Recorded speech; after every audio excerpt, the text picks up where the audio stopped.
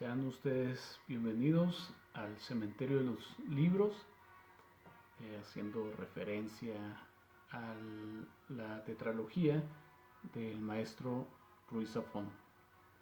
En esta ocasión estaré hablando acerca de un gran compositor, no solamente compositor, sino que también fue un gran dramaturgo, poeta y hasta filósofo. Estoy hablando de Richard Wagner. ¿Quién fue Richard Wagner? Bueno, fue uno de los compositores más influyentes y controvertidos del mundo, tanto por óperas épicas entre las cuales destaca El Anillo de los Nibelungos, una ópera que fue de inspiración para autores como J.R. Tolkien en su trilogía El Señor de los Anillos, o por ejemplo en un anime, Saint Seiya, tal vez alguno de ustedes lo ubica. Hay una saga que se llama Los Caballeros de Asgard, en la cual hacen muchas referencias a esta ópera. Por ejemplo, tenemos personajes, Siegfried, Alberic. Bueno, también por otro lado, ha sido fuertemente criticado por sus escritos antisemitas, sin mencionar los amoríos, ya que se vio involucrado en varias aventuras escandalosas. Él nació el 22 de mayo de 1913 en Leipzig, Alemania. Hay algunas dudas con respecto a quién fue su padre, ya que el padre de sus hermanos murió poco después de que él naciera. Inmediatamente la madre de Wagner contrajo matrimonio con un amigo de su esposo, Ludwig Geyer, pues era un pintor, actor y poeta de su época. Entonces surgen algunas dudas, ¿verdad?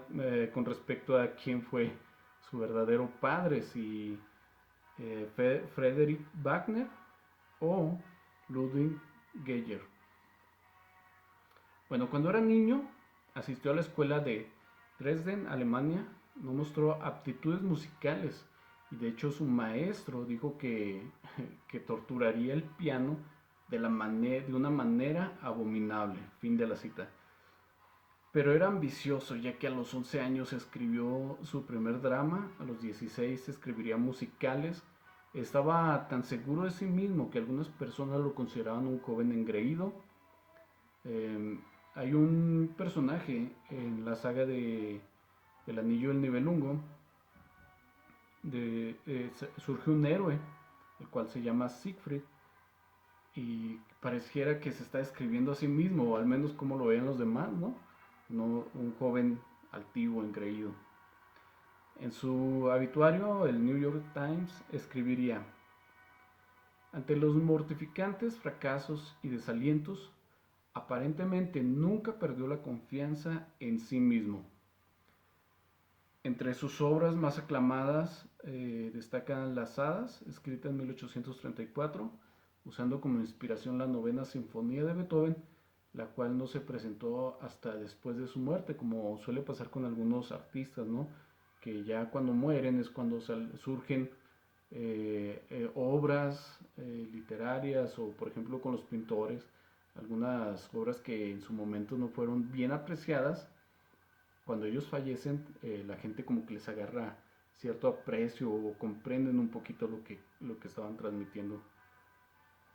En 1836 asumió el cargo de director musical en Magdeburg, donde se produjo La Prohibición del Amor, otra de sus obras, siendo Wagner el escritor tanto de la letra como de la música, tema que él calificó como obra de arte total, ya que integraba las 6 artes de su tiempo, que era música, danza, poesía, pintura, escultura y arquitectura. Después de mudarse a Riga, Rusia, en 1837, Wagner se convirtió en el primer director musical del teatro y comenzó a trabajar en su próxima ópera, Rienzi. Antes de terminar Rienzi, Wagner y Mina, su esposa, abandonaron Riga huyendo de los acreedores. Wagner se cree que la mayoría de su vida estuvo endeudado y era muy común que lo persiguieran los acreedores para cobrarle.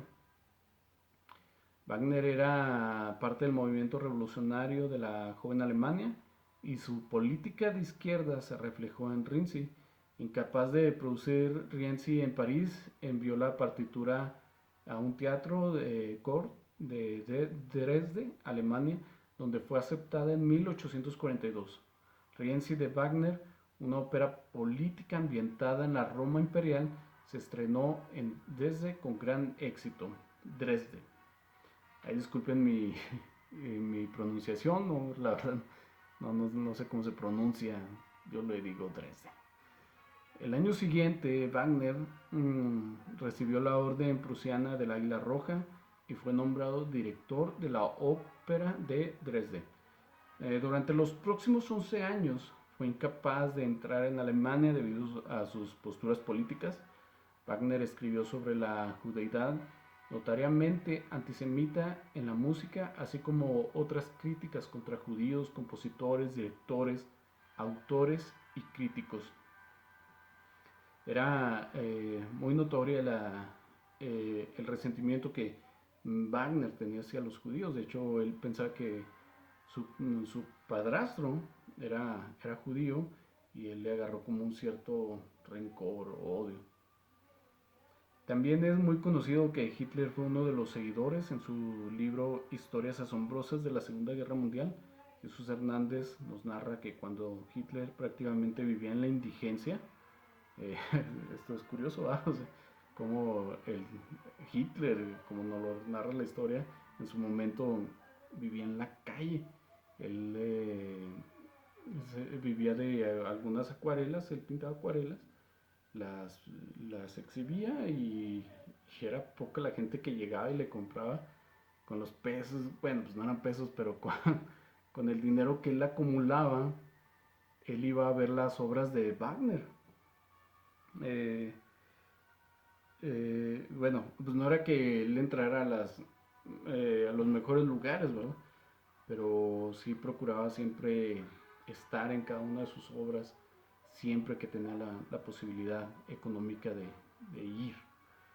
En 1923 Hitler cumplió su sueño de conocer en persona a la familia Wagner. Solía visitarlos en su villa de Winfried. Es una residencia precisamente de Wagner, donde vivía la anciana viuda de Wagner, su familia. Se dice que Hitler, los sobrinos de Wagner le decían tío. Inclusive se cree que en esta villa a Hitler le asignaron un lugar, le construyeron de hecho un lugar donde él fuera y se hospedara cuando iba a visitarlos. Fue muy fan de Wagner, Hitler.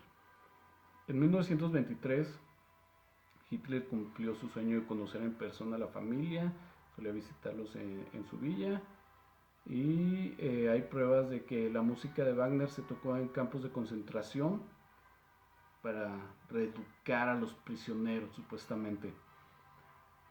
También se cree que en el cumpleaños 50 de Hitler, él recibió unas partituras de Wagner, las cuales precisamente en el libro de Jesús Hernández dice que estas partituras están perdidas hasta la fecha, o sea que pudieron haber quedado destruidas durante la guerra, o puede ser que todavía anden por ahí, que de hecho sería un gran descubrimiento encontrarlas porque valdrían muchísimo.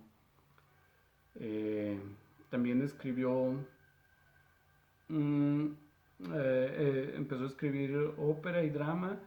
Cuando empezó a desarrollar lo que fue su famoso ciclo El Anillo, llamó mucho la atención porque hay críticos que dicen que el ciclo del Anillo se adelantó a su tiempo, ya que combinó literatura, elementos visuales y música de una manera que anticiparía el futuro del cine.